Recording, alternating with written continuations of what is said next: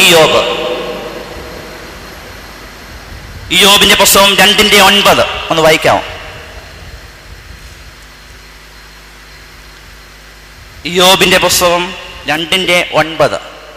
ഈ കഷ്ടതയുടെ നിറവിൽ സ്വന്തം ഭാര്യയെ ആശ്വസിപ്പിക്കുന്നതിന് പകരം ദൈവത്തെ ഉപേക്ഷിച്ച് മരിച്ചു കളയുവാൻ ഇയ്യോബിനെ പരിഹസിക്കുകയാണ്.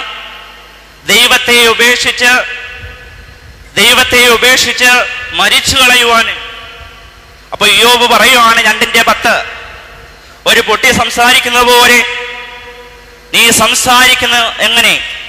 നാം ദൈവത്തിന്റെ കയ്യിൽ നിന്ന് നന്മ കൈക്കൊള്ളുന്നു, തിന്മയും കൈക്കൊള്ളരുതോ? നന്മ ദൈവത്തിന്റെ കയ്യിൽ നിന്ന് നമ്മൾ കൈക്കൊള്ളുന്ന പോലെ പ്രയാസങ്ങളും ദുഃഖങ്ങളും വരുമ്പോൾ ദൈവത്തെ തള്ളിപ്പറയുന്ന ഒരവസ്ഥ എന്റെയും നിങ്ങളുടെ ജീവിതത്തിലെല്ലാം നമുക്ക് കാണുവാൻ സാധിക്കും. അതുപോലെ തന്നെ നമുക്ക് ജീവിതത്തിൽ കാണുവാൻ സാധിക്കും. പ്രയാസങ്ങളും ദുഃഖങ്ങളും വരുമ്പോൾ നമ്മുടെ ഉറ്റവരും ഉടയവരും നമ്മളെ തള്ളിക്കളയുന്ന അവസ്ഥ പലപ്പോഴും നമ്മളൊക്കെ ഇത് അനുഭവിച്ചിട്ടുണ്ട്. സ്വർണത്തെക്കുറിച്ചും ഇരുമ്പിനെ കുറിച്ചും ഒരു കഥയുണ്ട്. ആ കഥ ഇപ്രകാരമാണ്. ഒരു സ്വർണവും ഇരുമ്പും കൂടി കണ്ടുമുട്ടുകയാണ്.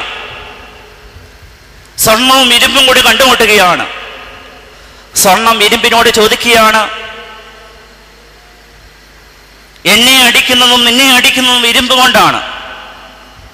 പക്ഷേ ഇരുമ്പ് നിന്റെ മണ്ടയ്ക്ക് ഇരുമ്പ് കൊണ്ട് അടിക്കുമ്പോൾ നീ ഭയങ്കര ശബ്ദം ഉണ്ടാക്കുന്നല്ലോ. എന്നെ അടിക്കുമ്പോൾ അധികം ശബ്ദം ഉണ്ടാവുന്നില്ല, പക്ഷെ നിന്നെ ഇരുമ്പ് കൊണ്ട് അടിക്കുമ്പോൾ ഭയങ്കര ശബ്ദം ഉണ്ടാവുന്നല്ലോ. അതെന്തുകൊണ്ടാണ്? നീ എന്തിനാണ് ഇങ്ങനെ കരയുന്നത്? അപ്പോൾ ഇരുമ്പ് പറയുകയാണ്, എന്നെ അടിക്കുന്നത് എൻ്റെ വർഗക്കാരാണ്, എൻ്റെ സ്വന്തക്കാരാണ് എന്നെ അടിക്കുന്നത്. അതുകൊണ്ടാണ് ഞാൻ വേദനയോട് കരയുന്നത്. നിന്നെ അടിക്കുന്നത് സ്വന്തം വർഗക്കാരല്ല, സ്വന്തക്കാരല്ല. പ്രിയമുള്ളവരെ, സ്വന്തക്കാർ നമ്മളെ തല്ലുമ്പോൾ, സ്വന്തക്കാർ നമ്മളെ ഉപദ്രവിക്കുമ്പോൾ നമുക്ക് വേദന കൂടും. പ്രയാസത്തിനും ദുഃഖത്തിനും കൂടെ ഇരിക്കേണ്ട സ്വന്തം ഭാര്യ ഇയ്യോബിനെ പരിഹസിക്കുകയാണ്.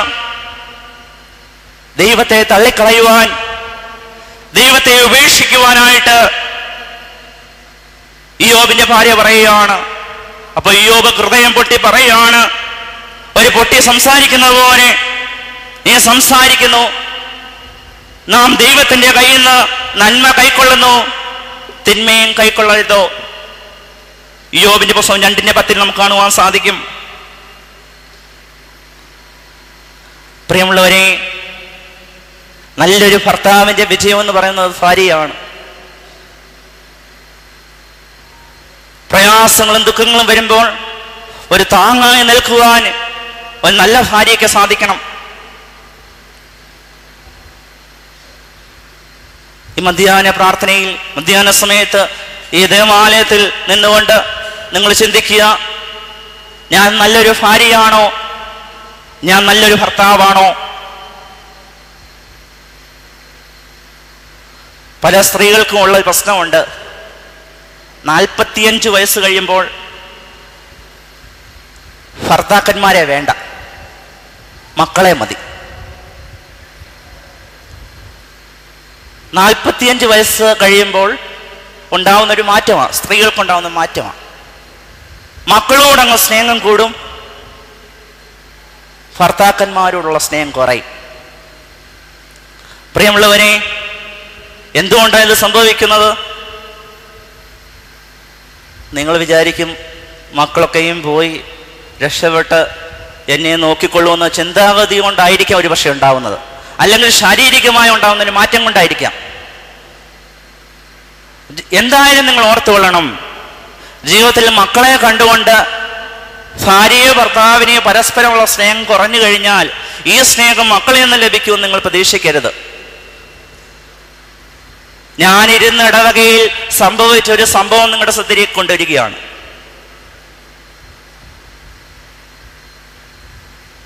ഒരു മകന് വേണ്ടി സ്വന്തം ജീവിതം പോലും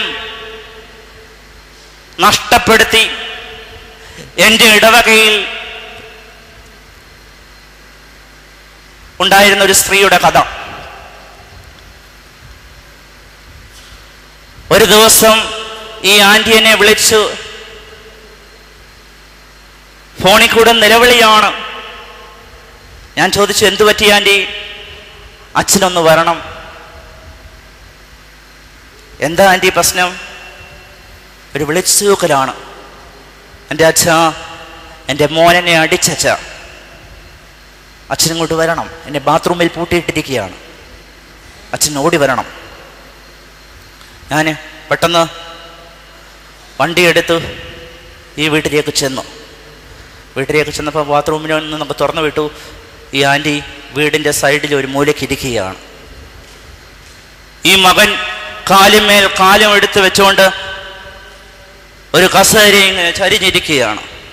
ഞാൻ ചെന്നിട്ട് പോലും അവരൊരു അനക്കവും ആവിയില്ല. ഞാൻ ചെന്നു വീടിനകത്ത് കയറി, അവനൊരു അനക്കവും ആവിയില്ല. അവൻ ഇങ്ങനെ ഇരിക്കുകയാണ്, ഏതോ പിശാച് ബാധിച്ചവനെ പോലെ. ഞാൻ ചെന്ന സമയം കൊണ്ട് അകത്ത് കയറി ആദ്യം ഒറ്റ അടി വെച്ച് കൊടുത്തു. ചെറുക്കന ഒറ്റ അടി വെച്ച് കൊടുത്തു. തല ഇങ്ങനെ കറക്കിയിട്ട് ഞാൻ ചോദിച്ചു, നിനക്ക് മനസ്സിലായോ ഞാൻ ആരാണെന്ന്? അച്ഛനാണോ? തല പൊക്കി നോക്കി. സ്വന്തം അമ്മയെ ക്രൂരമായിട്ട് മർദ്ദിച്ച് ഒരു മൂലയിട്ട് ഇതിനെ ചോരയൊരിക്കുന്ന അവസ്ഥയിലാണ് ഞാൻ കയറി ചെല്ലുന്നത്. ഈ പിശാച് ബാധിച്ചവനെ ഞാൻ എന്ത് ചെയ്യണം? ഈ സ്ത്രീ വിളിച്ചു പോവുകയാണ്. എൻ്റെ അച്ഛ, ഒരേ ഒരു മകൻ, എൻ്റെ കുടുംബജീവിതം പോലും തകർത്തുകൊണ്ട് ഇവന് വേണ്ടി ഞാൻ ജീവിച്ചച്ഛ. ഇന്ന് ഇവന്റെ ക്രൂരമായ മർദ്ദനം അച്ഛ ഞാൻ ഏറ്റുവാങ്ങിയത്. പ്രിയമുള്ളവരെ, മക്കളെ കണ്ടുകൊണ്ട്, മക്കൾ അന്വേഷിച്ചെന്ന് വിചാരിച്ചുകൊണ്ട് ഒരിക്കലും നിങ്ങൾ ഭർത്താക്കന്മാരെ തള്ളിക്കളയരുത്, അല്ലെ ഭാര്യമാരെ നിങ്ങൾ തള്ളിക്കളയരുത്. ഈ അടുത്ത സമയത്ത് പേപ്പറിൽ വായിച്ച ഒരു വാർത്ത, പേപ്പറിൽ സ്ഥിരം വരുന്ന വാർത്തയാ. ഒരു ദയവില്ലാതെ സ്വന്തം അപ്പനെയും അമ്മയും മക്കള് പുറമ്പോക്കിലേക്ക് വലിച്ചെറിയുന്ന സമൂഹത്തിന് ഞാനും നിങ്ങൾ ജീവിച്ചിരിക്കുന്നത്. ഈ കേൾക്കുന്ന പ്രസംഗം ആരുടെയെങ്കിലും ചെവി കയറിക്കൊള്ളട്ടെ. പ്രിയമുള്ളവരെ, അപ്പനെയും അമ്മയും ഉപേക്ഷിക്കുന്നവൻ, അപ്പനെയും അമ്മയും തള്ളിക്കളയുന്നവൻ, അവൻ സാത്താനാണ്, അവൻ ശാപസ്ഥനാണ്, ശപിക്കപ്പെട്ടവനാണ്. സ്വന്തം അമ്മയെ കളയുവാൻ ഒരു മകൻ എങ്ങനെ സാധിക്കും? ഒരു കുഞ്ഞിനെ വളർത്തിക്കൊണ്ടുവരുന്ന സാഹചര്യം ഒന്ന് ഓർത്തു നോക്കുക. എന്തുമാത്രം പ്രയാസപ്പെട്ട് എന്തെല്ലാം സങ്കടങ്ങൾ സഹിച്ചാണ് ഒരു കുഞ്ഞിനെ വളർത്തിക്കൊണ്ടുവരുന്നത്. ഞാൻ പലപ്പോഴും പറയുമ്പോൾ അമ്മ എന്ന വാക്കിന്റെ അർത്ഥം, അമ്മ എന്ന വാക്കിന് അർത്ഥമുണ്ടോ? എത്രയോ അർത്ഥങ്ങളുണ്ട്. ഒന്നോ രണ്ടോ മൂന്നോ ആണോ? വളർത്തുന്നവൾ, മുല കൊടുക്കുന്നവൾ, പിടിച്ചു നടത്തുന്നവൾ, എല്ലാം അമ്മയാണ്. ഈ അമ്മയെ തള്ളിക്കളയുവാൻ മക്കൾക്ക് എങ്ങനെ സാധിക്കും? ആ സമൂഹത്തിൽ നമ്മൾ ജീവിച്ചിരിക്കുന്നത്. പ്രിയമുള്ളവരെ, എല്ലാം ക്ഷമിക്കുവാൻ സാധിക്കുന്നവൾ. ഈ അടുത്ത സമയത്ത് പേപ്പറിൽ വായിച്ചു, ഒരു മകൻ ദിവസവും പാലായിക്കടുത്ത് നടന്ന സംഭവം പേപ്പറിൽ കൂടി വായിച്ചു. എന്നും അമ്മയെ പീഡിപ്പിക്കുന്ന, അമ്മയെ തല്ലുന്ന ഒരു മകൻ നിവർത്തികേടുകൊണ്ട് ഈ അമ്മ കൊണ്ട് കേസ് കൊടുത്തു. ദിവസവും ഈ അമ്മയെ തല്ലുകയാണ് ഈ മകൻ. നിവർത്തികേടുകൊണ്ട് കേസ് കൊടുത്തു. കേസ് കൊടുത്ത പോലീസ് വന്ന് പിടിക്കുവാനായിട്ട്. പോലീസ് പിടിച്ചു. ഈ അമ്മയുടെ മുമ്പിലിട്ട് ഈ മകനെ ഒരടി പോലീസുകാർ അടിച്ചു. അന്നേരം ഈ അമ്മ ഈ മോന്റെ മുമ്പിൽ കരഞ്ഞു നിന്നുകൊണ്ട് ഈ മോനോട്, ഈ പോലീസുകാരോട് കരഞ്ഞ് പറയുകയാണ്, എൻ്റെ മകനെ അടിക്കരുതേ, എൻ്റെ മകനെ അടിക്കരുതേ, അവനെ ഉപദ്രവിക്കരുതേ. ഒരമ്മയ്ക്ക് മാത്രമേ ഇത് പറയാൻ സാധിക്കുകയുള്ളൂ. ഒരമ്മയ്ക്ക് മാത്രമേ ഇത് പറയാൻ സാധിക്കുകയുള്ളൂ.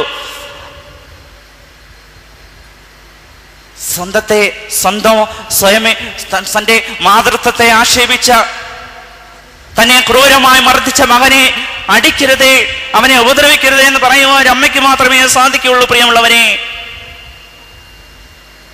കർത്താവിൽ അനുഗ്രഹിക്കപ്പെട്ടവരെ, ഇന്ന് കുഞ്ഞുങ്ങൾ അപ്പനെയും അമ്മയും വലിച്ചെറിയുമ്പോൾ നിങ്ങൾ ഓർത്തുകൊള്ളണം, ഭാര്യ ഭർത്തൃ ബന്ധം സ്ട്രോങ് ആയിരിക്കണം. അതുകൊണ്ട് ഭർത്താക്കന്മാരെ, ഭാര്യമാരെ നിങ്ങൾ ഓർത്തിരിക്കുക, പരസ്പരം സ്നേഹിക്കുവാൻ സാധിക്കണം. പരസ്പരം തള്ളിക്കളയരുത്. നിങ്ങൾക്ക് നിങ്ങളുടെ ജീവിതത്തിൽ ലഭിച്ച ഏറ്റവും അനുഗ്രഹം നിങ്ങളുടെ ഭർത്താക്കന്മാരാണ്, അല്ലെങ്കിൽ നിങ്ങളുടെ ഭാര്യമാരാണ്.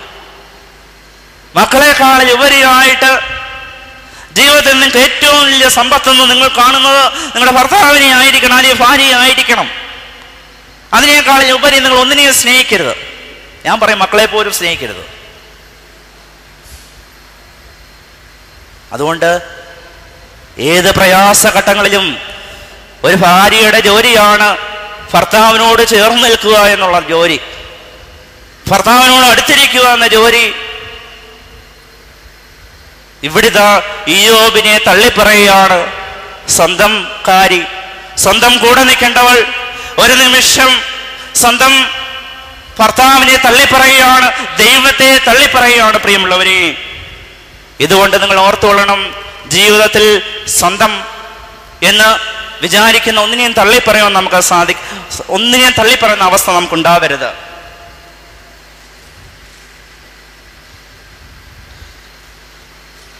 ഒരു ഭാര്യ എന്ന് പറഞ്ഞാൽ ആ വീടിന്റെ വിളക്കാണ്. ദൈവാശ്രയ ബോധം ഉണ്ടായിരിക്കണം, ദൈവാശ്രയ ബോധം ഉണ്ടായിരിക്കണം. പ്രാർത്ഥനയ്ക്കെല്ലാം ലീഡർഷിപ്പ് കൊടുക്കേണ്ടത് ഒരു വീട്ടിലെ വീട്ടുകാരത്തിയായിരിക്കണം.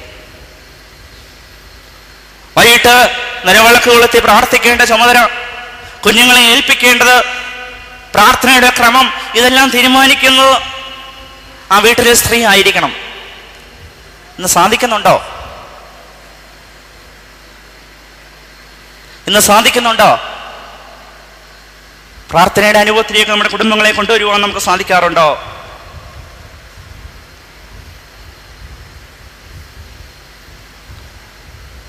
പ്രാർത്ഥനയ്ക്ക് ലീഡർഷിപ്പ് കൊടുക്കുവാൻ നമ്മുടെ സ്ത്രീകൾക്ക് ഇന്ന് സാധിക്കാറുണ്ടോ? ഒരു നേരമെങ്കിലും പ്രാർത്ഥിക്കണം. കുടുംബ പ്രാർത്ഥന ഒരു നേരമെങ്കിലും, വൈകിട്ടെങ്കിലും. രാവിലെ പ്രാർത്ഥന ഒഴിവാക്കരുത്, വൈകിട്ട് കുടുംബ പ്രാർത്ഥന ഒരിക്കലും മുടക്കരുത്. ഞാൻ പറയും, ഈ പ്രാർത്ഥിച്ചില്ലെങ്കിൽ നിങ്ങളുടെ ഭവനങ്ങളിൽ പിശാച് വരും. പൈശാചിക ബന്ധനങ്ങൾ ഉണ്ടാകുന്നത് പ്രാർത്ഥനയില്ലാത്തതുകൊണ്ടാണ്. ഇയ്യോബിന്റെ ജീവിതത്തിലെ ഒന്നാമത്തെ പ്രത്യേകതയായിരുന്നു ദൈവഭക്തിയുള്ള സന്തുഷ്ട കുടുംബമായിരുന്നു അവൻ്റേത്. രണ്ടാമത്, ഇയ്യോബിന്റെ സ്വഭാവ ശ്രേഷ്ഠത. അവൻ നിഷ്കളങ്കനായിരുന്നു, നേരുള്ളവനായിരുന്നു, ദൈവഭക്തനായിരുന്നു, ദോഷം വിട്ടകന്നവനായിരുന്നു. മൂന്നാമത്, ഭാര്യയുടെ പരിഹാസത്തിന് മുമ്പേ തളർന്നു പോകാത്ത ഇയ്യോബിനെ നമുക്ക് കാണുവാൻ സാധിക്കും. വീണ്ടും ഇയ്യോബിന്റെ ജീവിതത്തിലേക്ക് നമുക്ക് കാണുവാൻ സാധിക്കും ഇയ്യോബിന്റെ സ്നേഹിതന്മാർ. ഇയ്യോബിന്റെ പുസ്തകം 4:1 മുതൽ 8 വരെയുള്ള വാക്യങ്ങൾ. ഇയ്യോബിന്റെ സ്നേഹിതന്മാർ ഇയ്യോബിനെ കുറ്റപ്പെടുത്തുകയാണ്. ഇയ്യോബിന്റെ സ്നേഹിതന്മാർ ഇയ്യോബിനെ കുറ്റപ്പെടുത്തുകയാണ്. നിങ്ങൾക്കറിയാം ഇയ്യോബിന്റെ ജീവിതം എങ്ങനെയുള്ളതായിരുന്നു എന്ന് നിങ്ങൾക്കറിയാം. സാത്താൻ ഇയ്യോബിനെ പരീക്ഷിക്കുകയാണ്. അവനുള്ളതെല്ലാം നഷ്ടപ്പെടുകയാണ്. അവന്റെ സമ്പത്ത്, അവന്റെ കുഞ്ഞുങ്ങളെല്ലാം നഷ്ടപ്പെടുകയാണ്. അവസാനം അവന്റെ നാക്കിൽ വരെ വ്രണങ്ങൾ ഉണ്ടാകുകയാണ്. ദൈവത്തെ സ്തുതിക്കുന്ന നാളെ വരെ വ്രണങ്ങൾ ഉണ്ടായപ്പോൾ ഇയ്യോബ് കരഞ്ഞുകൊണ്ട് പ്രാർത്ഥിക്കുകയാണ്, എന്റെ ദൈവമേ, നിന്നെ കുറിച്ചൊരു കേട്ടറിവ് മാത്രമേ എനിക്ക് ഉണ്ടായിരുന്നുള്ളൂ. എന്നാൽ ഈ ധന്യമായിരിക്കുന്ന നിമിഷത്തിൽ നിന്നെ ഞാൻ കാണുന്നു കർത്താവേ എന്ന്.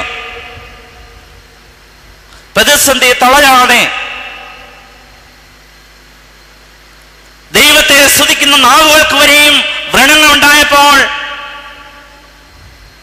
അവിടെ പോലും തകരാതെ പറയുകയാണ്, എന്റെ ദൈവത്തെ കുറിച്ചൊരു കേട്ടറിവ് മാത്രമേ എനിക്കുണ്ടായിരുന്നുള്ളൂ.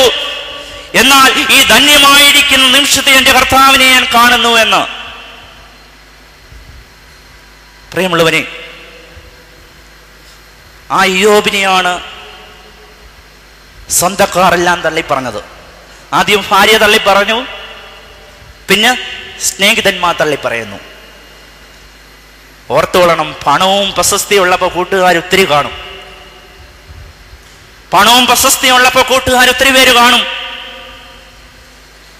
പക്ഷേ പ്രയാസങ്ങളും സങ്കടങ്ങളും സാമ്പത്തിക ബുദ്ധിമുട്ടുകളും വരുമ്പോൾ സ്വന്തം വീട്ടുകാരും സ്വന്തക്കാരും സ്നേഹിതന്മാരും എല്ലാം തള്ളിപ്പറയും. അന്നേരം തള്ളിപ്പറയാത്ത ഒരാളെ ലോകത്തുള്ളൂ. ആരെല്ലാം നിന്നെ കൈവിട്ടാരും, ഈ ലോകം നിന്നെ കൈവിട്ടാരും ഞാൻ നിന്നെ കൈവിടുകയില്ല എന്ന് വാഗ്ദത്തം തന്ന ദൈവം തമ്പുരാൻ ഇയ്യോബിനെ സ്വന്തം ഭാര്യ കൈവിട്ടു, സ്വന്തം സ്നേഹിതന്മാർ കൈവിടുകയാണ്. ഇവിടെ കാണുവാൻ സാധിക്കും, ഇയ്യോബിന്റെ പുസ്തകം 4:1-8 വരെയുള്ള വാക്യങ്ങളിൽ കാണുവാൻ സാധിക്കും, നിർദോഷിയായി നശിച്ചവൻ ആര്? സ്നേഹിതന്മാരിൽ നിന്ന് സമാധാനത്തിന് പകരം വേദനിപ്പിക്കുന്ന അനുഭവമാണ് ഇയ്യോബിനുണ്ടായത്. വേദനിപ്പിക്കുന്ന അനുഭവമാണ് ഇയ്യോബിനുണ്ടായത്. പ്രിയമുള്ളവരെ, കൂടെ നിൽക്കുന്നവരെ പലപ്പോഴും കൈവിടുമ്പോൾ നമുക്കും ഈ പ്രയാസങ്ങൾ ഉണ്ടാവാറില്ലേ? തീർച്ചയായിട്ടും ഉണ്ടാവാറുണ്ട്.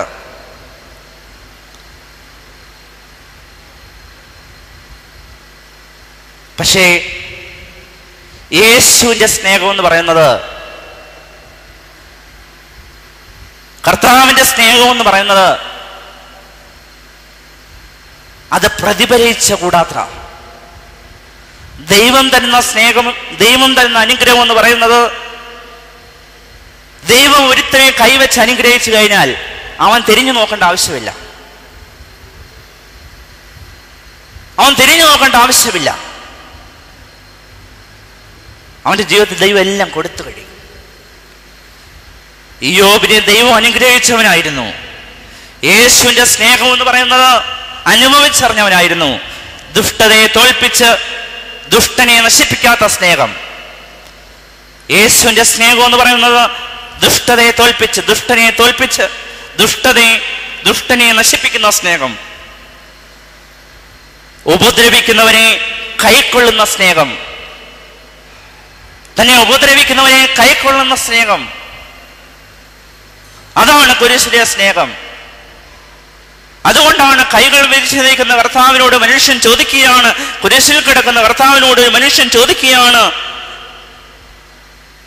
നീ എത്രത്തോളം എന്നെ സ്നേഹിക്കുന്നു കർത്താവേ എന്ന്. കുരിശിലെ സ്നേഹത്തോളം അവൻ കൈകൾ രണ്ടും വിരിച്ചുകൊണ്ട് പറയുകയാണ്, this much, നിന്നെ എത്രത്തോളം ഞാൻ സ്നേഹിക്കുന്നു. കുരിശിലെ സ്നേഹത്തോളം, ജീവൻ തന്ന സ്നേഹത്തോളം. അങ്ങനെ വാഗ്ദത്തം തന്ന ആരെങ്കിലും നമ്മുടെ ജീവിതത്തിലുണ്ടോ? കുരിശിലെ സ്നേഹത്തോളം.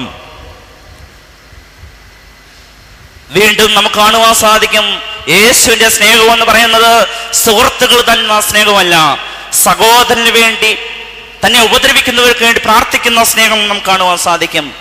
യാചിക്കുന്നവന് കൊടുക്കുന്ന സ്നേഹം,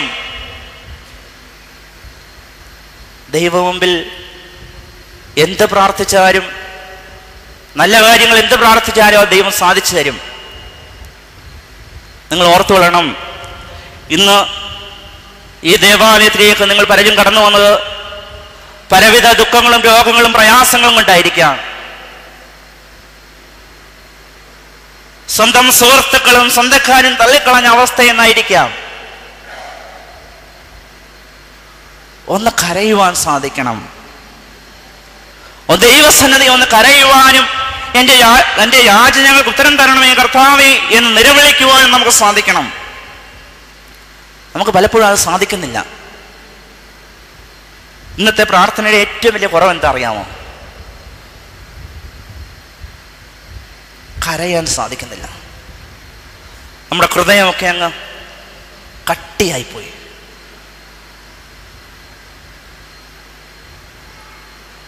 മുട്ടുകുത്തി നിന്ന് സ്വർഗത്തേക്ക് നോക്കി വിളിക്ക്, ദൈവം ഉത്തരം തരും.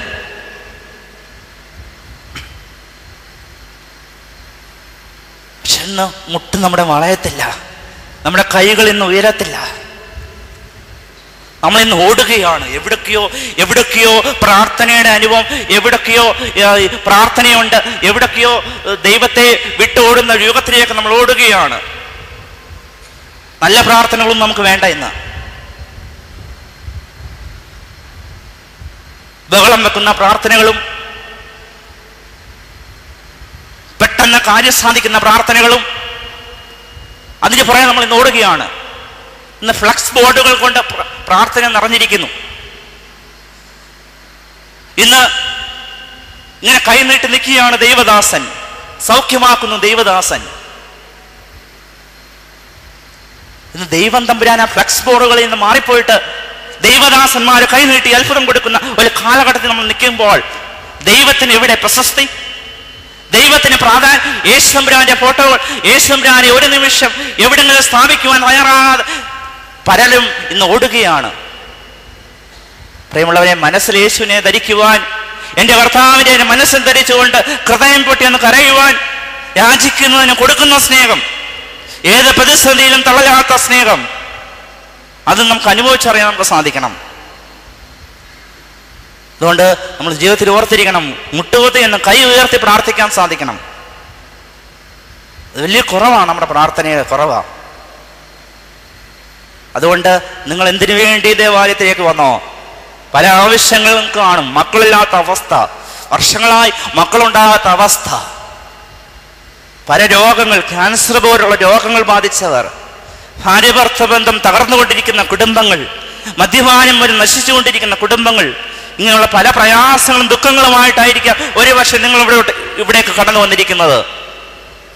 പ്രിയമുള്ളവരെ, ദൈവസന്നിധിയിൽ ഇറക്കി ഒന്ന് സമർപ്പിക്കുവാൻ, എൻ്റെ ദൈവമേ ഞാൻ പാപിയാകുന്നു, യാചിക്കുന്നവന് കൊടുക്കുന്ന നിന്റെ സ്നേഹം, അന്വേഷിക്കുന്നവൻ കണ്ടെത്തുന്ന നിന്റെ സ്നേഹം ഒന്ന് അനുഭവിച്ചറിയുവാൻ എനിക്ക് സാധിക്കണമേ എന്ന് പ്രാർത്ഥിക്കുവാൻ നമുക്ക് സാധിക്കണം. ബലി കാഴ്ചകളേക്കാൾ വലിയ സ്നേഹമാണ് കർത്താവ് എൻ്റെ നിങ്ങളുടെ ജീവിതത്തിൽ തന്നിരിക്കുന്നത്. അതുകൊണ്ട് സ്വന്തം സ്നേഹിതന്മാര് കൊടുക്കുന്നതോ സ്വന്തം കുടുംബജീവിതത്തിൽ ലഭിക്കുന്ന ഒന്നുമല്ല ദൈവിക സ്നേഹം എന്ന് പറയുന്നത്. അത് ദൈവസ്നേഹം എന്ന് പറയുന്നത് ദുഷ്ടതയെ തോൽപ്പിച്ച് ദുഷ്ടനെ നശിപ്പിക്കുന്ന സ്നേഹം, ഉപദ്രവിക്കുന്നവരെ കൈക്കൊള്ളുന്ന സ്നേഹം, സഹോദരന് വേണ്ടി പ്രാർത്ഥിക്കുന്ന സ്നേഹം, യാചിക്കുന്നവന് കൊടുക്കുന്ന സ്നേഹം, ബലി കാഴ്ചകളേക്കാൾ വലിയ സ്നേഹം. അതുകൊണ്ട് പ്രിയമുള്ളവരെ, നമ്മുടെ ജീവിതത്തിൽ എവിടെയാണ് കുറവുകൾ ഒന്ന് കണ്ടുപിടിക്കുവാൻ നമുക്ക് സാധിക്കണം. വീണ്ടും ഇയ്യോബിന്റെ ജീവിതത്തിലേക്ക് നമ്മൾ പോകുകയാണ്. ഇയ്യോബ് കഷ്ടതയുടെ മധ്യത്തിൽ പ്രത്യാശ മുറുകെ പിടിച്ചു. കഷ്ടതയുടെ അനുഭവത്തിൽ ഇയ്യോബ് പ്രത്യാശയെ മുറുകെ പിടിക്കുകയാണ്. ഇയ്യോബിന്റെ പുസ്തകം 31 അധ്യായം 1 വാക്യത്തിൽ പറയുന്നു, വായിക്കാമോ? 31 അധ്യായം 1 വാക്യം.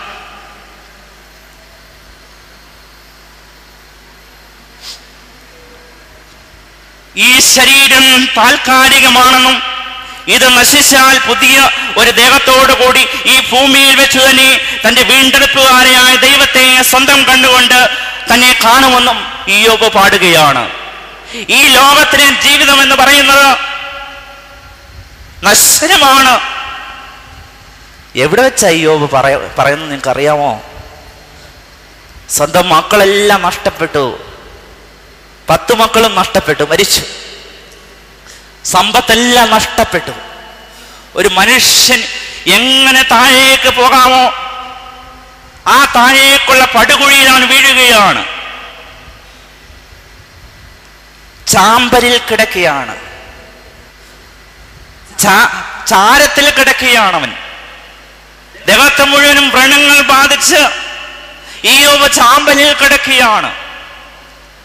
ആ ഇയ്യോബാണ് പറയുന്നത്, എനിക്ക് ഈ ലോകത്തിലെ ജീവിതമല്ല, എൻ്റെ കർത്താവിന്റെ 2ാമത്തെ വരവിൽ അവനോട് ചേർന്നുള്ള ജീവിതം, അത് ഞാൻ സ്വപ്നം കാണുകയാണ്. പ്രിയമുള്ളവരെ, യേശു കർത്താവിന്റെ 2ാമത്തെ വരവിനെ കുറിച്ച് ഇയ്യോബ് നൂറ്റാണ്ടുകൾക്ക് മുമ്പ് കാണുകയാണ്. കഷ്ടതകളും പ്രയാസങ്ങളും വരുമ്പോൾ ദൈവത്തെ മുറുകെ പിടിക്കുവാൻ നമുക്ക് സാധിക്കുമോ? ചെറിയ പ്രയാസങ്ങൾ വന്നാൽ പോലും ഇന്ന് തകർന്നു പോകുന്നവരാണ് നമ്മളെല്ലാം. ചെറിയൊരു കാര്യം വന്നാൽ പോലും ഇന്ന് ആത്മഹത്യയെ നമ്മൾ കാണുകയാണ്. ആത്മഹത്യയുള്ള വെമ്പൽ, എനിക്കിന്ന് മരിച്ചാൽ മതി, എനിക്ക് ജീവിക്കേണ്ട, ജീവിതത്തിൽ എപ്പോഴെങ്കിലും നിങ്ങൾ ഓർത്തിട്ടുണ്ടോ ഇത്? പലപ്പോഴും ഓർത്തിട്ടുണ്ട് അച്ഛാ. ചെറിയ പ്രയാസം, മക്കൾക്കൊരു അസുഖം വരുമ്പോഴേക്കും തകർന്നു പോവുകയാ. പനി. ദൈവം എത്രയോ കാര്യമായിട്ട് നമ്മളെ സൃഷ്ടിച്ച് ഈ ലോകത്തേക്ക് വരുത്തി, ഒന്നുമില്ലായ്മകളിൽ നിന്ന്, കഷ്ടപ്പാടുകളിൽ നിന്ന്, ഒരു നേരത്തെ ആഹാരത്തിന് പോലും വഴിമുട്ടിയ നിമിഷങ്ങളിൽ നിന്ന് എന്നെ ഇത്രത്തോളം എടുത്തുയർത്തിയ ദൈവമേ, എനിക്കൊന്ന് പനി വന്നാൽ സൗഖ്യമാക്കുവാൻ എൻ്റെ ദൈവത്തിന് സാധിക്കയില്ലയോ? സാമ്പത്തികമായിട്ട് പ്രയാസങ്ങൾ ഉണ്ടാകുമ്പോൾ, തകർന്നു പോകുമ്പോൾ, എനിക്കെല്ലാം നഷ്ടപ്പെട്ടു പോയി, ഇനി എനിക്ക് മരിച്ചാൽ മതി എന്ന് വിചാരിക്കുമ്പോൾ ആ ദൈവത്തിന്റെ ശബ്ദം ഒന്ന് തിരിച്ചറിയുവാൻ എനിക്കും നിങ്ങൾക്കൊന്ന് സാധിക്കാറുണ്ടോ? എനിക്കെങ്ങനെ പണമുണ്ടായി, എനിക്കെങ്ങനെ നല്ല കുഞ്ഞുങ്ങളെ ഉണ്ടായി? എൻ്റെ ദൈവം തന്ന കൃപയാണ്. പലപ്പോഴും നമ്മൾ ഇതൊന്നും ഓർക്കാറില്ല. ചെറിയ പ്രയാസങ്ങൾ വരുമ്പോഴേ തകർന്നു ഡൗൺ ആയി പോവാ, എല്ലാം പോയി. എന്നാൽ ഇയ്യോബ് നിരാശയുടെ പടുകുഴിയിൽ വീഴേണ്ട ഇയ്യോബ്, സങ്കടങ്ങളുടെ പടുകുഴിയിൽ വീഴേണ്ട ഇയ്യോബ് ആ പടുകുഴിയിൽ കടന്നുകൊണ്ട്, ആ ചാരത്തിന്റെ അവസ്ഥയെ കടന്നുകൊണ്ട് പറയുകയാണ്, എന്റെ കർത്താവിന് രണ്ടാമത്തെ വരുമെങ്കിൽ അവനോടുകൂടി ഞാൻ ചേരുമെന്ന പ്രത്യാശ. പ്രിയമുള്ളവരെ, ആ പ്രത്യാശയാണ് നമ്മുടെ ജീവിതത്തിൽ മുന്നോട്ട് നടത്തേണ്ടത്. ഒരു നിമിഷം തകർന്നു പോകുന്ന പ്രത്യാശയല്ല. ഞാൻ 2 വർഷം 3 വർഷം മുമ്പ് ഇരുന്നൊരു ഇടവക, ആ ഇടവകയില് ഒരു ഭാര്യയും ഭർത്താവും ഉണ്ടായിരുന്നു. ഒരു പ്രത്യാശയില്ലാത്തൊരു കുടുംബം. ഞായറാഴ്ച പള്ളിയിൽ വരത്തില്ല. ഒരു പ്രത്യാശയില്ലാത്ത കുടുംബം. മദ്യപാനത്തിനും വെറുക്കൂത്തുകളിലും ഏർപ്പെട്ട ഒരു കുടുംബം. വീട്ടിൽ പ്രശ്നങ്ങളായി. ഈ സ്ത്രീക്ക് മെന്റലി ഡിപ്രഷനായി. ഒരു വെള്ളിയാഴ്ച ദിവസം എൻ്റെ അടുത്ത് പ്രാർത്ഥിക്കുവാൻ ഈ സ്ത്രീയെ കൊണ്ട് ഈ ഭർത്താവ് വന്നു. ഞാൻ കറുത്ത ഉപായമൊക്കെ ഇട്ടുകൊണ്ട് പള്ളിക്കകത്ത് നിൽക്കുക. പ്രാർത്ഥിക്കുവാനായിട്ട് എൻ്റെ കൈ പൊക്കി ഈ സ്ത്രീയെ തൊടുവാൻ അങ്ങോട്ട് കൈ പൊക്കി. കൈ അടുത്ത് നമ്മുടെ ഈ സ്ത്രീ പുറകിലോട്ടൊരു പോക്കാ. ഈ സ്ത്രീ മുമ്പിലോട്ട് വരുന്ന അതേ സ്പീഡിൽ പുറകിലോട്ടൊരു പോക്ക. പുറകിലോട്ടുള്ള സ്പീഡിൽ നടക്കുകയാണ്. ഞാൻ ഇച്ചിരി മുന്നോട്ട് ചെന്നു, ഒന്ന് തൊടാമെന്ന് വിചാരിച്ചു. തൊടാൻ സമ്മതിക്കുന്നില്ല. പള്ളിക്ക് വെളിയിൽ, പടിഞ്ഞാറേ വാതിലിൽ പള്ളിക്ക് വെളിയിൽ ചാടി. ഞാൻ വിളിച്ചിട്ട് നിന്നില്ല. ഞാൻ അവിടെ വീട്ടിൽ ചെന്നു. 2-ാമത്തെ ദിവസം ആ സ്ത്രീ സൂയിസൈഡ് ചെയ്തു. 2-ാമത്തെ ദിവസം വൈകിട്ട് 5 മണി സമയത്ത് എനിക്കൊരു ഫോൺ കോൾ വന്നു. ഈ സ്ത്രീ തൂങ്ങി മരിച്ചു എന്ന്. പ്രിയമുള്ളവനെ, കുടുംബത്തിൽ പല പൈശാചിക ബന്ധനങ്ങളുണ്ട്. കുടുംബത്തിൽ പല പൈശാചിക ബന്ധനങ്ങളുണ്ട്. അത് നമ്മൾ വരുത്തി വെക്കുന്നതാ. അതുകൊണ്ട് നിങ്ങൾ ഓർത്തോണം, നമ്മുടെ കുടുംബത്തിലെ പ്രശ്നങ്ങൾ, മദ്യപാനം, ഇന്ന് ധാരാളം കുടുംബങ്ങൾ തകർന്നുകൊണ്ടിരിക്കുക. നിങ്ങൾ ഇതൊക്കെ ഘോരഘോരമായിട്ട് കേട്ടിട്ടുണ്ട്. പല പ്രസംഗങ്ങളിലും ഇത് തന്നെയാണ് പറയുന്നതും. പല പ്രസംഗങ്ങളിലും ഇത് തന്നെയാണ് ഞങ്ങൾക്ക് പറയാനുള്ളത്. പ്രിയമുള്ളവരെ, ധാരാളം കുടുംബങ്ങൾ ഇന്ന്, ഞാൻ എൻ്റെ സ്വദേശം അട്ടച്ചാകര നിന്ന് കുമ്പനാട്ട് എൻ്റെ ഭാര്യ വീട്ടിലേക്ക് വരുന്ന സമയത്ത് തെക്കേമൊഴി കഴിഞ്ഞ് ആ 1 വേ കയറി കോഴഞ്ചേരിക്ക് വരുമ്പോൾ ഒരു മദ്യശാലയുണ്ട്. ബിബ്രജിൻ കോർപ്പറേഷൻ സർക്കാരിൻ്റെ വക ഒരു മദ്യപാന കടയുണ്ട്. ആ കടയുടെ മുമ്പിൽ നിൽക്കുന്ന ക്യൂ കാണണം. കൊച്ചു പിള്ളാര് തൊട്ട് 15 വയസ്സ് മീശ കളിക്കാത്ത കൊച്ചു പിള്ളാര് തൊട്ട് ക്യൂ നിൽക്കുകയാണ്. എനിക്ക് ഓർക്കുമ്പോൾ അത്ഭുതമാണ്. മനുഷ്യൻ ഏറ്റവും ശാന്തമായിട്ട് ക്യൂ നിൽക്കുന്ന ഒരു സ്ഥലം എവിടെയാ? നിങ്ങൾ ശ്രദ്ധിച്ചു കാണും. എവിടെയാ? പള്ളിയിൽ കൈമുത്താൻ ലൈനായിട്ട് നിൽക്കാൻ നമ്മുടെ അച്ഛന്മാര് ഘോരഘോരമായിട്ട് പറഞ്ഞാലും ഒരിക്കലും നിൽക്കാത്ത പുരുഷന്മാര് എന്താ ശാന്തമായിട്ടാ കൈയും കെട്ടിയാ പോയി നിൽക്കുന്നേ.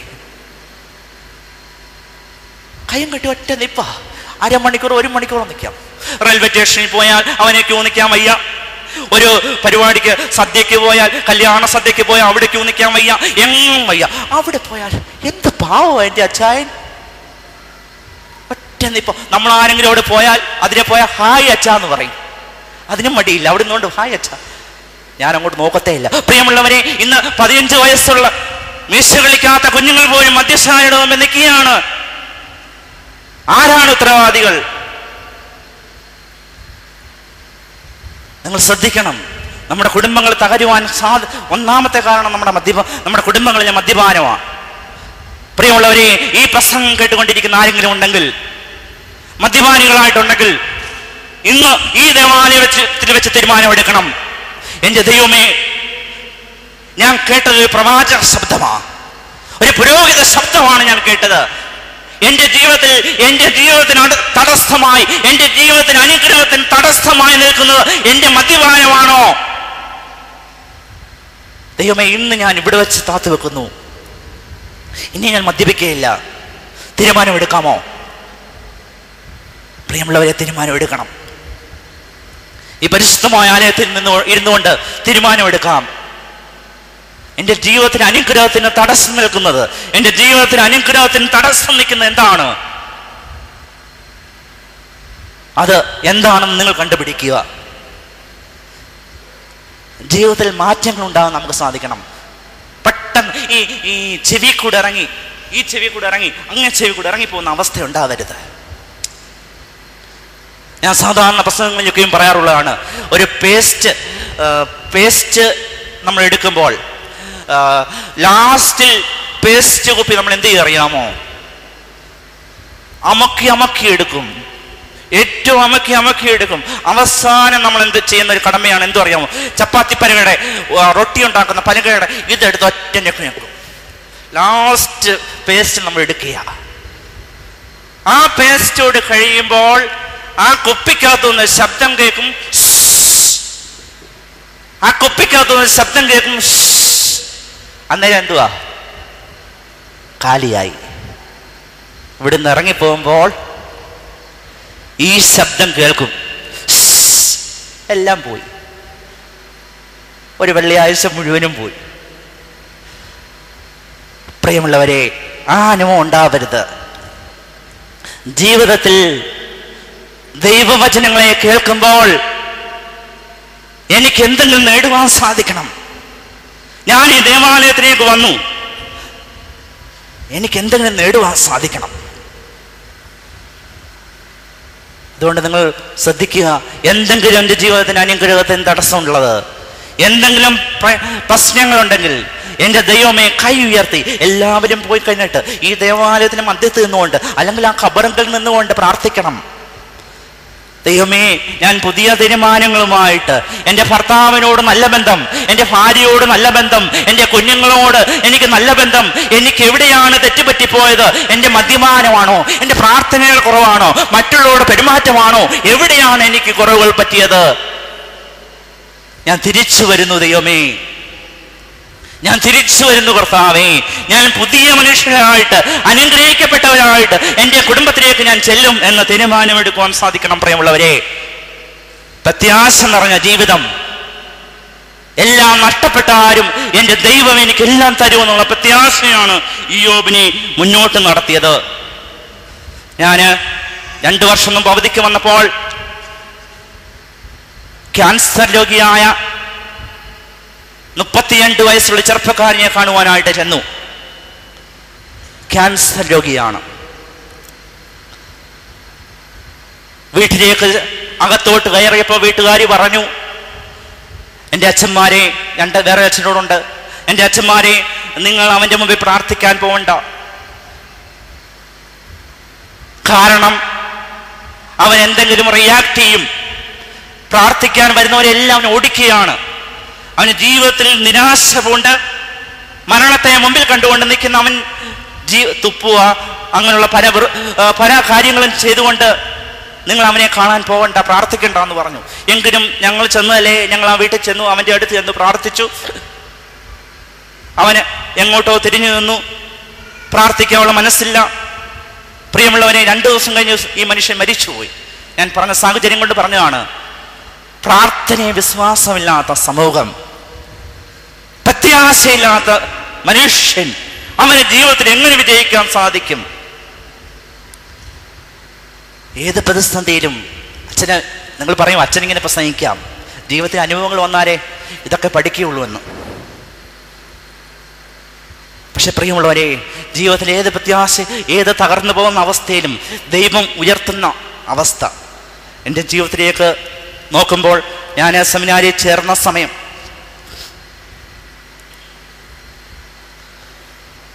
ഞാൻ നാഗപ്പൂര് സെമിനാരിലാണ് പഠിച്ചത്, കൽക്കട്ട ഭദ്രാസനത്തിന് വേണ്ടി. സെമിനാരി 1 വർഷം കഴിഞ്ഞപ്പോൾ ബിലായിൽ നിന്ന് നാഗപ്പൂരിലേക്ക് ഷിഫ്റ്റ് ചെയ്തു. ധാരാളം ജോലി ആ കൂട്ടത്തിൽ ചെയ്തു. ജോലിയൊക്കെ ചെയ്തു കഴിഞ്ഞ് നാഗപ്പൂര് സെമിനാരി വന്നു. എൻ്റെ 2 കൈകളും 2 കാലുകളും തളർന്നുപോയി. കുറേ ജോലിയൊക്കെ ചെയ്തപ്പോൾ അതുകൊണ്ട് സംഭവിച്ചായിരിക്കാം എന്ന് വിചാരിച്ചു. ആശുപത്രി അഡ്മിറ്റായി. പല ഡോക്ടർമാരും അങ്ങോട്ടും ഇങ്ങോട്ടും റെഫർ ചെയ്തു. അവസാനം MRI സ്കാൻ ചെയ്യുവാനായിട്ട് സമയം തീരുമാനിച്ചു. അതിന് തൊട്ടു മുമ്പ് എൻ്റെ കൂട്ടുകാരനെ കാണാൻ വന്നു. കൂട്ടുകാരെ കാണാൻ വന്നിട്ട് അവർ പ്രാർത്ഥിച്ചു. അവർ വെളിയോട്ട് ഇറങ്ങിയപ്പോൾ ഞാനും പിടിച്ചുകൊണ്ട് അവരുടെ പുറകിലോട്ട് ചെന്നു.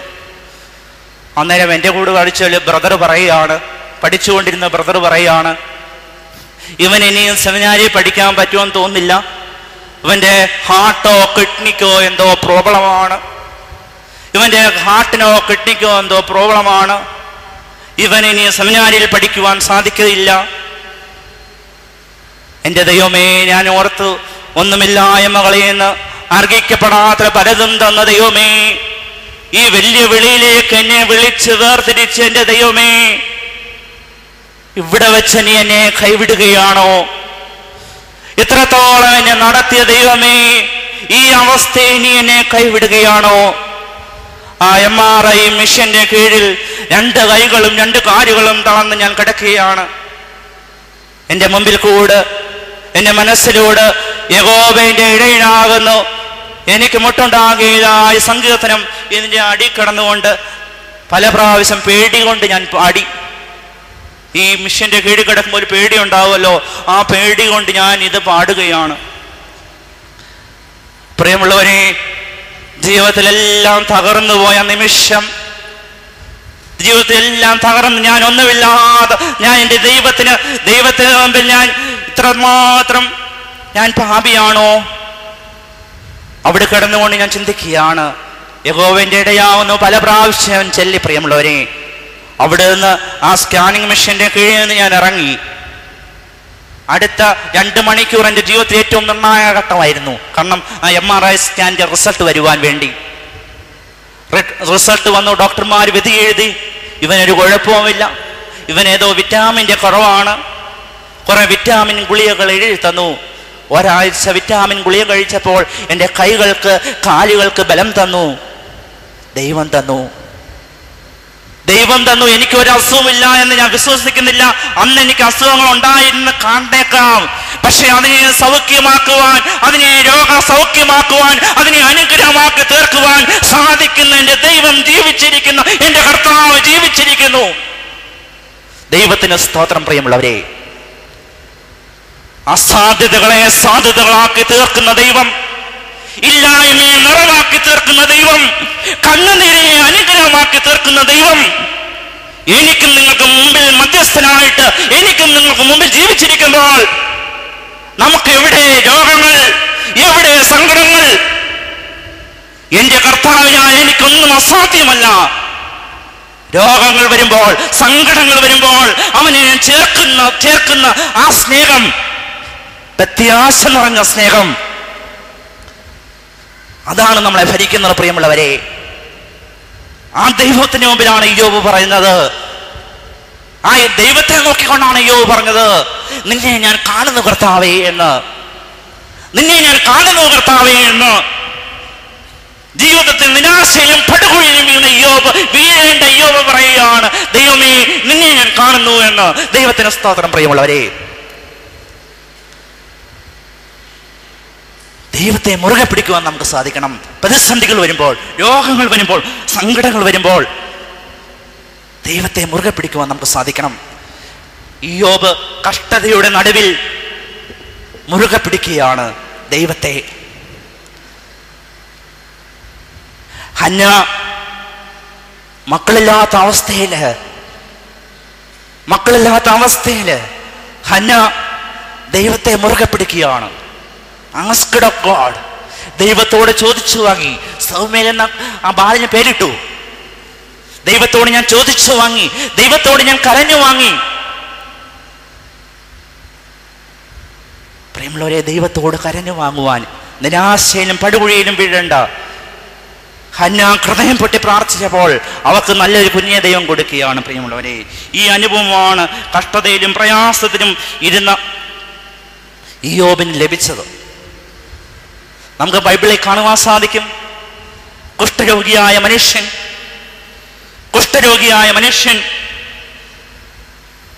അവൻ യേശുവിന്റെ അടുക്കിലേക്ക് വരികയാണ്. യേശുവേ, ദാവീദ് പുത്ര, എന്നോട് കരുണ ചെയ്യണമേ എന്ന് പ്രാർത്ഥിച്ചുകൊണ്ട് കുഷ്ഠരോഗിയായ മനുഷ്യൻ യേശുവിന്റെ അടുക്കിലേക്ക് വരികയാണ്.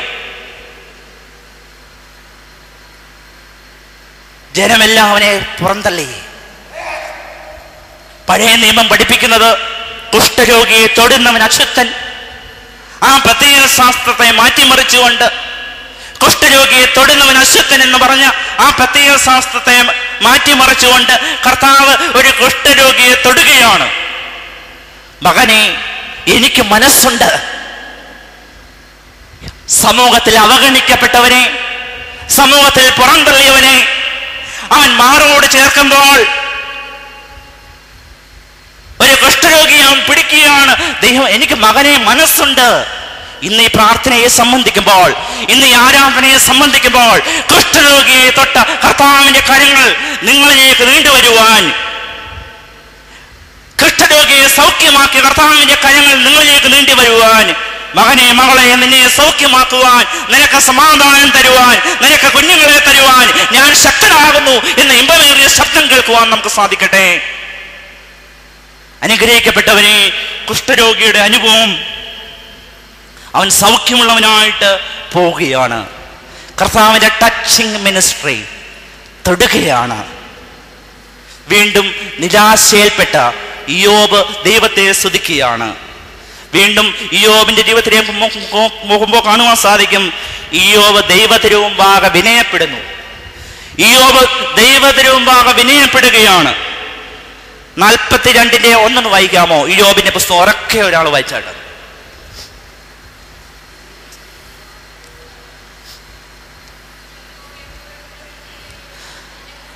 ദൈവമേ, നിന്റെ സന്നദ്ധിയിൽ അറിവില്ലാതെ ലോകത്തിന്റെ അവസ്ഥയിൽ കടന്നപ്പോൾ, എന്റെ മക്കൾ മരിച്ചു പോയപ്പോൾ, എന്റെ സമ്പാദ്യങ്ങൾ നഷ്ടപ്പെട്ടു പോയപ്പോൾ, എനിക്കെല്ലാം നഷ്ടപ്പെട്ടു പോയപ്പോൾ, അറിയാതെ എന്തെങ്കിലും പുറപ്പെടുത്തിട്ടുണ്ടെങ്കിൽ, അറിയാതെ എന്റെ മനസ്സിൽ എന്തെങ്കിലും തോന്നിയിട്ടുണ്ടെങ്കിൽ, ദൈവമേ എന്നോട് ക്ഷമിക്കണമേ എന്ന് യോബ് പ്രാർത്ഥിക്കുകയാണ്.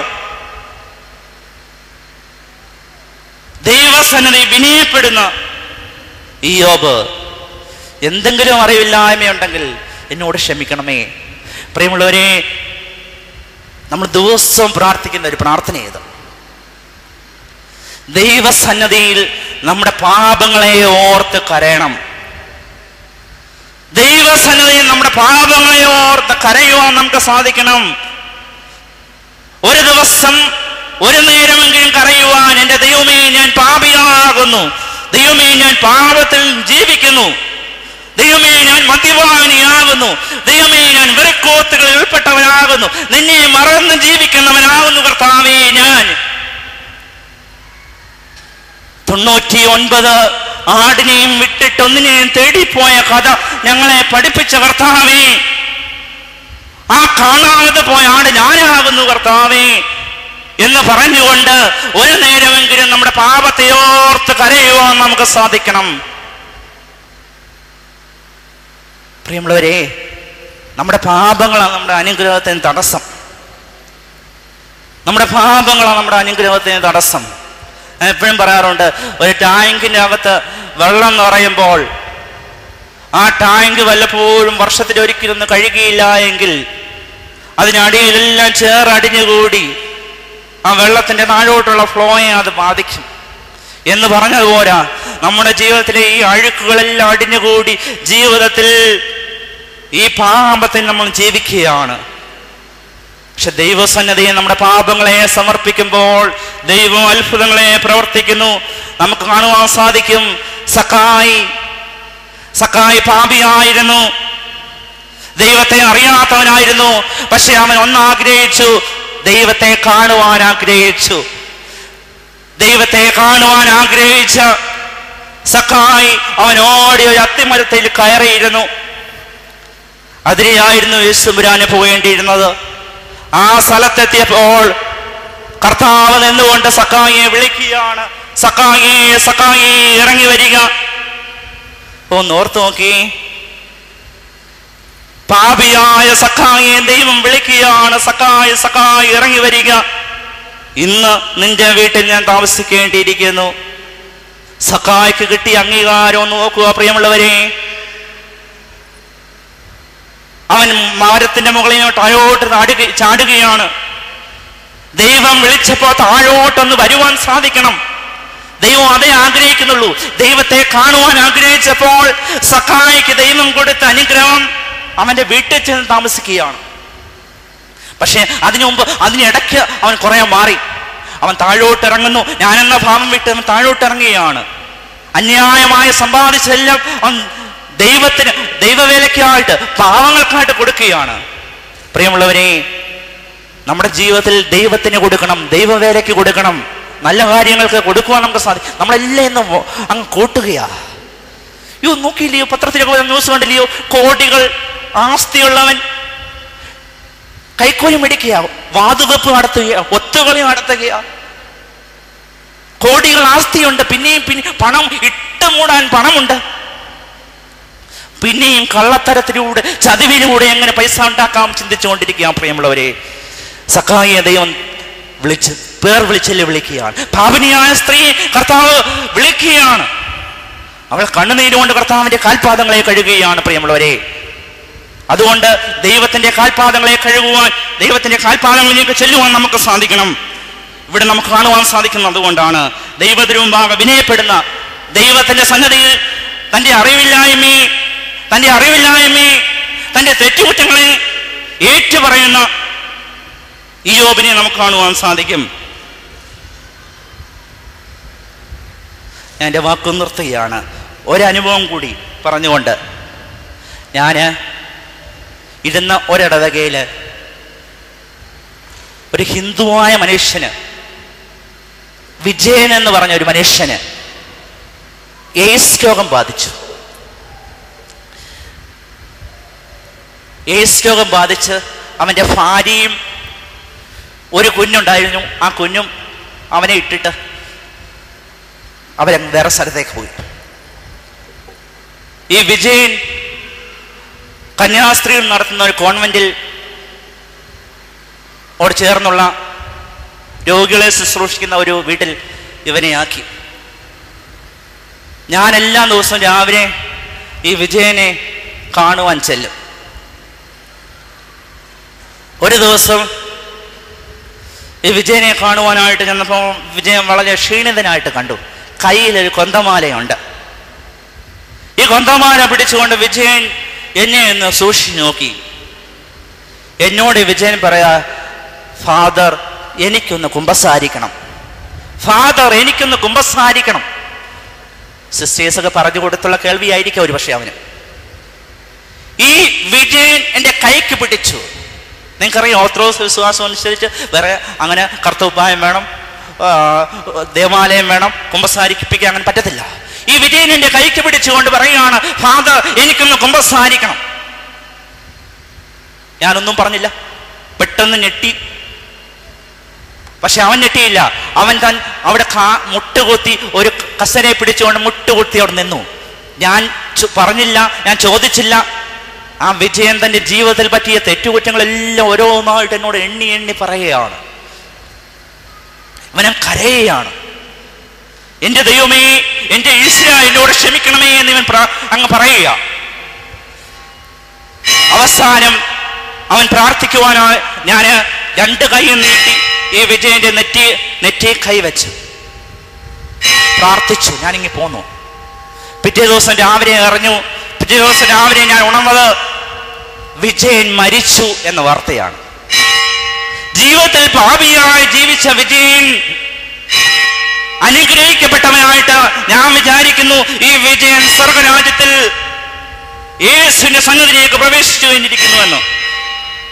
പാപിയായി ജീവിച്ചു, പക്ഷെ ദൈവത്തെ അറിഞ്ഞപ്പോൾ, ദൈവത്തെ രുചിച്ചറിഞ്ഞപ്പോൾ, ഞാൻ പാപിയാകുന്നു എന്ന ചിന്ത അവനുണ്ടായപ്പോൾ അവന്റെ പാപബോധം അവൻ യേശുവിലേക്ക് അടുപ്പിക്കുകയാണ്. പ്രിയമുള്ളവരെ, നമുക്കിത് പലപ്പോഴും സാധിക്കുന്നില്ല.